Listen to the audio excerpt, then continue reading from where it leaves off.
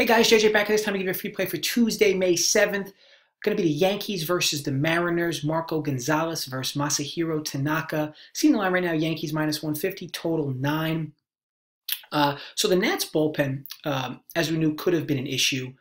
Blew our under 7.5, which brings the channel down to 22-10 in Major League Baseball. This is still near 69%, so do not sell your kids off just yet. I'll be honest. The 4 errors that the Nats had, the 1 error the Brewers had, all were ill-timed. I look at a game like this and truly feel we were on the right side, losing it late.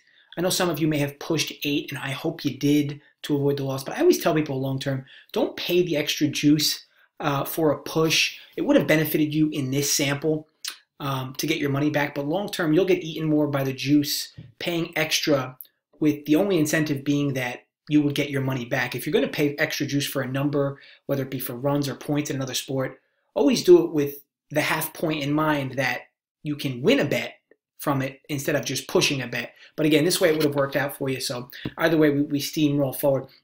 I also always tell people, take emotion out of it. I have people message me often, either during these games or after these games. And I see it after the fact.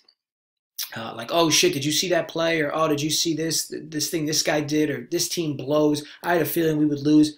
These are people that are just too emotionally invested in their bets. Make it your goal to avoid these people at all costs. They will only cause you pain. I'd rather be inside a preheated oven than in a room with these people. Look, I make calculated plays, and I know the edge is in my favor when I click submit.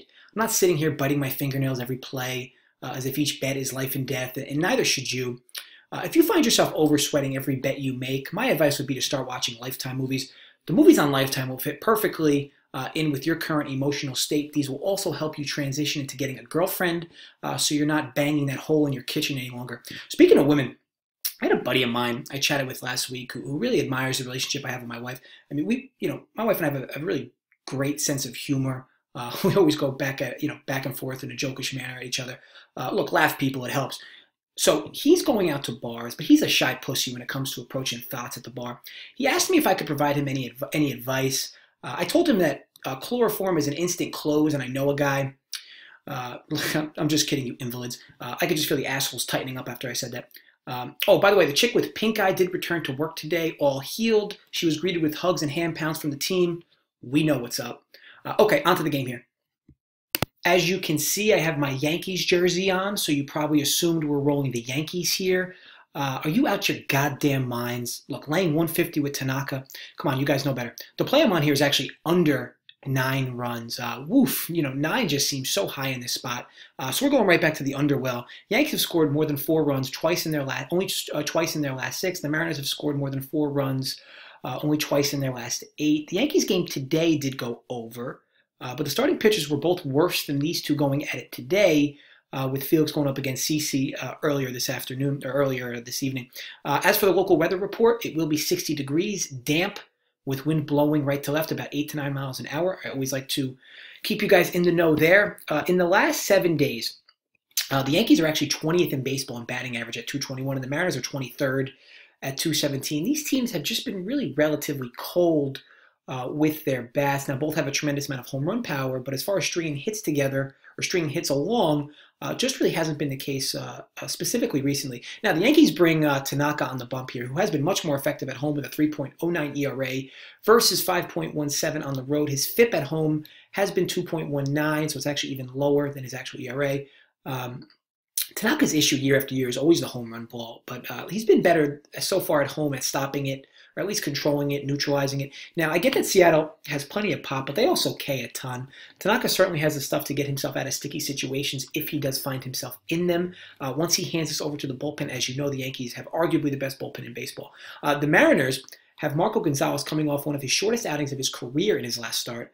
But his defense really did him no favors. An error in that second inning against the Cubs really seemed to rattle him, and he wasn't able to get out of the second inning, only actually yielding 3 earned, despite there being 6 runs scored in that inning. This is a guy who hasn't given up more than 3 earned runs in a start going all the way back to August 22nd of last year. It's 12 straight starts. Now, he's not someone who piles up a pitch count. They don't keep him out there for over 100 pitches. And he's not exactly what I would consider an innings eater, but he's typically reliable to see the sixth inning. He just doesn't always get out of the sixth inning. Worth noting that both starters are coming off their shortest outings of the year. I like both of them to obviously perform better in this spot. For the BVP truthers, Marco Gonzales doesn't have much experience with this Yankees team, while the Mariners have had a decent rap sheet against Tanaka. But again, the struggles recently have been noted for Seattle to plate runs. Here's the thing.